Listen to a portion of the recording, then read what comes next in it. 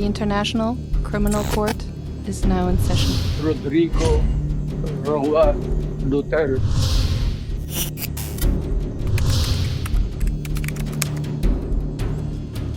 Pumiling ang kampo ni dating Pangulong Rodrigo Duterte na interim release o pansamantalang paglaya habang dinidinig ang kanyang kasong murder as a crime against humanity sa International Criminal Court. Sa apela ng kampo ng dating Pangulo sa ICC Pre-Trial Chamber 1, sinabing pumayag daw ang gobyerno ng isang ICC member state na manatili sa kanilang lugar ang dating Pangulo. Sakaling payagan, handa rin daw ang naturang bansa na sumunod sa anumang kondisyong itatakda ng ICC Pre-Trial Chamber 1. Tiniyak din ng kampo ni Duterte na walang balak ang dating Pangulo na takasan ang kanyang kaso.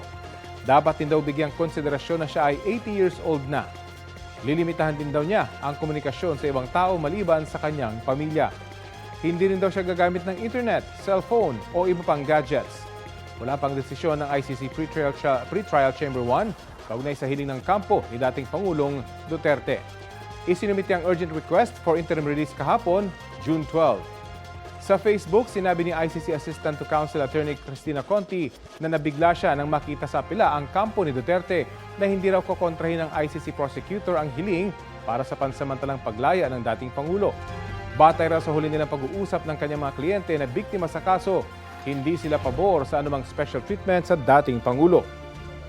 Sa panayam ng Super Radio DZBB, sinabi ni Conti na mabuting hintayin din muna ang pahayag ng ICC prosecution at ng ICC member state na tatanggap umano kay Duterte.